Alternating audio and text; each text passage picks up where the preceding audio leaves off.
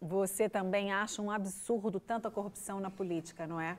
A gente vê números astronômicos sendo desviados e a gente vê a saúde, a educação, enfim, o nosso país precisando do dinheiro e o dinheiro indo para outro lugar. Mas o que você acha das pequenas corrupções do dia a dia? O que você considera uma corrupção? E o que isso tem a ver com a corrupção política do nosso país? É sobre isso que a gente vai falar agora. Quais os impactos dessas pequenas corrupções na sociedade? Você já parou para pensar sobre tudo isso? Já tirou um tempinho aí para pensar na sua própria vida, nas suas próprias atitudes? Esse é o tema do programa de hoje. Para responder tantas perguntas, eu recebo o Carlos Said, que é líder do Grupo de Ação Política da Igreja Batista da Lagoinha. Lembrando que nesta quarta-feira a gente está ao vivo, você pode mandar a sua pergunta, o seu comentário para 31 98402 9756. Mais uma vez, obrigada por ter vindo, Carlos. Eu que agradeço, Márcia. Então, realmente a corrupção é um assunto que está sempre na roda, não dos escarnecedores, mas às vezes dos escarnecedores ou dos esclarecedores, né?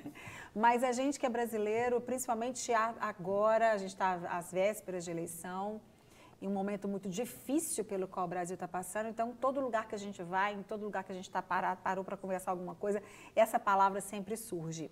E acho que a gente podia definir um pouco o que é, porque as pessoas às vezes acham que corrupção é só roubar milhões, desviar milhões de dinheiro para onde ele deveria ir e pôr no bolso, né, como a gente costuma dizer. Márcia, a corrupção, ela, na verdade, né, quando a gente está acostumado a ver nos noticiários, né, quantias exorbitantes, né, bilhões, existe até um estudo que fala que de 1970 para cá, né, o Tribunal de Contas da União calculou mais de 300 bilhões né, de desvio de recursos. A gente não tem nem noção do que é isso, né? Do valor, bilhões, né? Se fosse, por exemplo, nesse ambiente aqui, quanto que as notas né, representariam aqui na ocupação do espaço? É muita coisa. Mas quando você fala que isso começa, né, isso nas pequenas coisas, no nosso dia a dia, isso é algo que a gente precisa observar bastante, porque no Brasil a gente acostumou a chamar a corrupção e deu um nome muito bonitinho para ela, como a gente faz muitas vezes, né, a gente quer suavizar o problema. E o nome que a gente deu para a corrupção no Brasil é o jeitinho brasileiro. O jeitinho brasileiro, que muitas vezes é cantado nas músicas, nas rodas, né, como se fosse uma vantagem, é, na verdade, quando eu consigo e quero tirar vantagem de alguma pessoa, né, se eu consigo tirar vantagem em alguma coisa de uma forma esperta, né, de forma que muita gente fala, né, de forma malandramente falando, como fazendo referência aí às músicas, mas quando eu começo a querer dar esse jeitinho, na verdade, eu estou praticando a corrupção. Então, para as pessoas no dia a dia, para o qual a gente vive dentro de casa, a mentira que a pessoa fala ali no dia a dia, dentro da escola, quando alguém cola na prova, no banco, quando eu vou furar a fila, essas coisinhas, é corrupção, mas eu dou o nome de jeitinho brasileiro para suavizar. É verdade. Eu acho que assim, a gente pensa em algo que era inteiro, e de alguma maneira foi contaminado, se corrompeu, no sentido de que, sabe, imagina assim, uma coisa que enferrujou, por exemplo. Era inteiro, aí começou ali um pontinho pequenininho, de que vai dar origem a uma ferrugem. Então, quer dizer, a pessoa era íntegra, ela era inteira, e aí ela abre o espaço para uma coisinha pequenininha, começa pequenininho, mas ele vai se alastrando. Exatamente. Né? Então, eles começam das pessoas, pouquinho em pouquinho, como você disse, manda dizer que eu não estou. Exatamente. Em casa, né? Não estou muito ocupada, manda dizer que eu não estou. Tinha uma funcionária que às vezes eu estava muito ocupada e uma vez ela falou assim, a Márcia não está. Eu falei, depois eu desligou a televisão, eu falei, olha, você jamais precisa mentir. Jamais está autorizada a dizer que eu não estou se eu estou em casa. Diga que eu não posso atender. Que é a verdade. Uma resposta que é a verdade. Que é a verdade. Eu gosto muito de contar, Márcia, assim, uma história que aconteceu comigo para ilustrar essa situação. Eu lembro quando eu tinha, imagino, 7, 8 anos, minha mãe fez aniversário e eu quis dar um presente para ela. Não tinha dinheiro, o que eu fiz? Tinha um sacolão perto da minha casa e lá em casa a gente sempre gostou muito de jabuticaba. E o que eu fiz? Eu esperei, né, o dono do sacolão virar e peguei 4 jabuticabas. Peguei essas jabuticabas, coloquei no bolso e cheguei em casa para entregar para minha mãe. E falei assim, mãe, olha o que eu trouxe para você, todo alegre. Aí minha mãe perguntou, falou assim, mas de onde? Você tem dinheiro? Eu falei assim, não. Mas como que você pegou? Eu falei assim, não. E aí eu falei com ela o que eu fiz. E aí ela falou assim, ó, nós vamos lá, você vai devolver e vai explicar o que aconteceu. E eu chorei e falei, mãe, eu não quero, que eu vi que já estava, eu vi que é uma situação que eu estava errada. Ficou envergonhado. Cheguei lá no sacolão e devolvi, né, a jabuticaba, chorando. A moça até do sacolão falou assim, não, pode ficar com a jabuticaba. Aí minha mãe disse, não, isso é para educação, para ele nunca mais esquecer que não pode fazer isso. Isso me marcou profundamente. Que a importância, né, Carlos, dos pais Exatamente. intervirem no momento certo. Agora, se os pais também, por algum motivo, não tiveram essa correção no momento certo, eles vão levando como essa cultura, porque há uma cultura brasileira, como você disse, de levar vantagem, de dar o jeitinho, etc. E quando você convive com outros países, você vê que isso não existe. É interessante, porque a primeira vez que eu fui aos Estados Unidos, eu fui para ficar uns meses, eu fui da colônia de férias, né, recreação para as crianças, e estava muito quente. A gente estava no Texas, estava muito, muito quente no verão, julho. E a gente brasileiro brinca muito, né? A gente é muito brincalhão. Então, por exemplo, tá muito quente, a gente brinca assim, gente, que frio, hein? O que tá fazendo?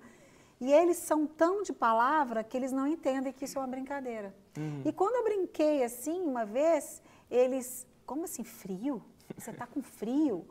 E eu pensando, gente, que povo louco, povo burro, será que eles não estão vendo que eu estou brincando? Mas é porque a palavra, para eles, é palavra. Você falou, eu considero que aquilo seja uma verdade. Não que aquilo seja uma brincadeira. Então, é muito sério, é uma cultura que nós precisamos acabar com essa cultura do Brasil. Né?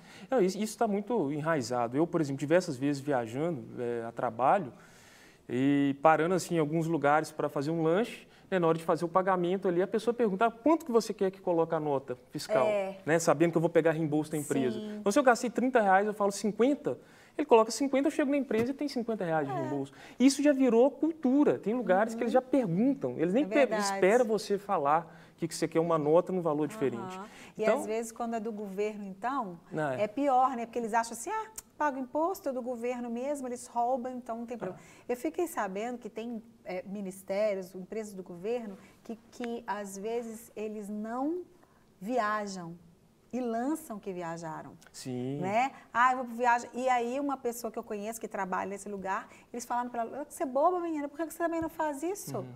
Ninguém, né? Que diferença faz para eles? Tem fiscalização. Você vai receber a diária tal, de tanto, porque você foi, mas você não foi, tá, e daí? Ela, não, mas eu não faço isso, eu não, sabe? Então, assim, e as pessoas ainda acham que o outro está sendo bobo de não fazer, né? E essas pessoas criticam muito os nossos políticos que roubam milhões, bilhões de reais, né?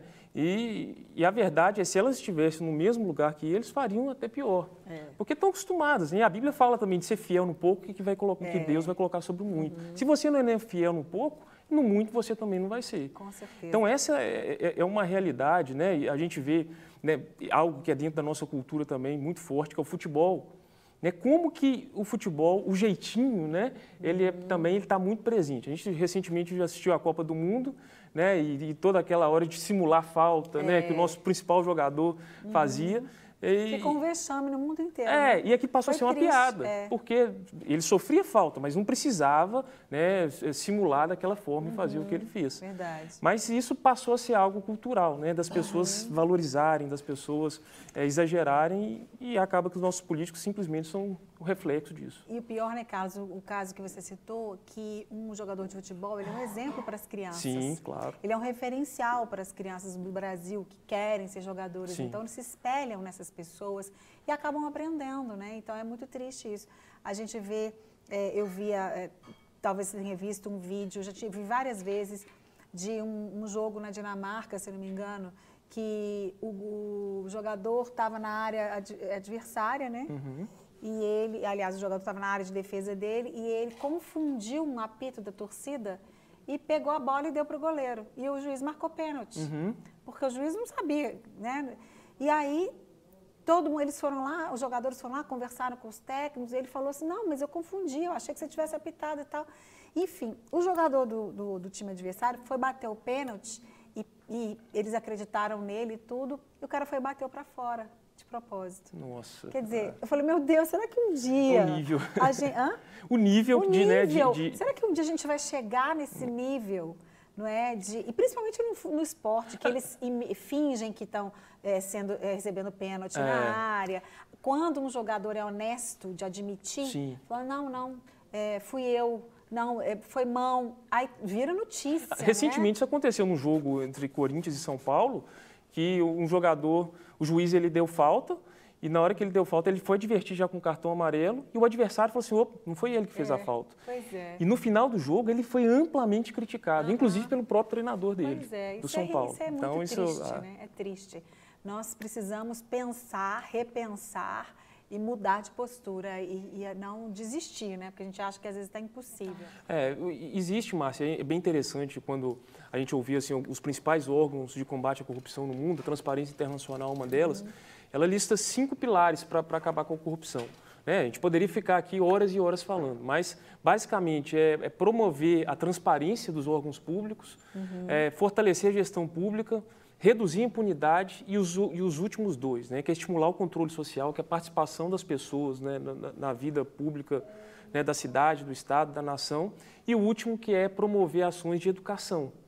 Né, e aí entra essa conscientização que as nossas escolas, né, precisam fazer, né, que as nossas igrejas precisam de estimular, que dentro das universidades, que nos espaços onde as mentes são moldadas, né, onde que nós aprendemos a pensar, nós precisamos mostrar que a corrupção é como um câncer, né? Como você falou no início. Começa um pouquinho, mas se você não erradicar, ela vai tomando uma proporção e ela vira cultural, como é o caso do Brasil, deu metástase. Verdade. Essa é a realidade. Mas Deus, ele cura metástase. Amém. Deus, ele pode curar e eu creio que ele vai curar, mas é preciso que nós possamos pensar no nosso dia a dia, as nossas ações e influenciar aquelas pessoas que estão conosco. Né, é verdade, com certeza. A gente citou aqui algumas situações, né, no bloco anterior, que a gente muitas vezes vê no dia a dia e que a gente tem que tomar cuidado para que não aconteça com a gente. E a gente tem que também no Brasil, a gente assinou, né? A gente teve um abaixo-assinado, a gente teve aquelas 10 medidas contra a corrupção, a gente tem que também pressionar os órgãos do governo, a gente pressionar os nossos representantes, e a gente está agora às portas de uma eleição, a eleição mais importante da nação, que elegeu o presidente da República, senadores, deputados federais, estaduais, governadores. Ou seja, nós precisamos pensar bem quem nós queremos colocar para nos representar ali. Né? Exatamente. E essa questão das 10 medidas contra a corrupção entra num desses pilares que eu falei, que é reduzir a impunidade. Hoje no Brasil compensa você fazer corrupção, porque a pessoa vai lá, são milhões e milhões, fica um tempo preso, pouco tempo preso, né? Tem dinheiro lá escondido dentro de apartamento, que ninguém sabe ainda, volta e tem aquele dinheiro. Não, e às vezes está preso e está dando ordem de dentro da cadeia. Exatamente. Né? Quer dizer, tem que ser um país sério, né, gente? Isso precisa, exatamente. Então, é interessante as pessoas que quiserem até conhecer mais um pouquinho sobre a questão das 10 medidas, né, contra a corrupção, que agora não são mais 10 medidas que o Congresso rasgou aquilo, né, todo mundo assinou, foram mais de 2 milhões de assinaturas e o Congresso não aceitou. Então, o Ministério Público formulou novas medidas e está lá no site unidoscontracorrupção.org. Então, unidoscontracorrupção.org, você entra lá, e você vai ter acesso e conhecer um pouquinho mais sobre as ações de combate à corrupção. Isso, todo mundo ficar atento. Assim, é importante já também falar sobre as eleições, como você falou, Márcia. Preste atenção nos candidatos, né, que têm um passado, né, íntegro, que fazem parte de partidos que não têm um histórico de corrupção, como a gente tem visto aí de forma tão forte, tá certo? E então que possamos refletir bem e no dia 7 estarmos aí fazendo um bom voto. Se Deus quiser. Não quer ficar um segundo por fora da nossa programação? Agora você pode nos acompanhar através das plataformas digitais. Não perca tempo. Acesse, curta e siga-nos. Fique por dentro de tudo o que acontece por aqui. Rede Super, inspirando você.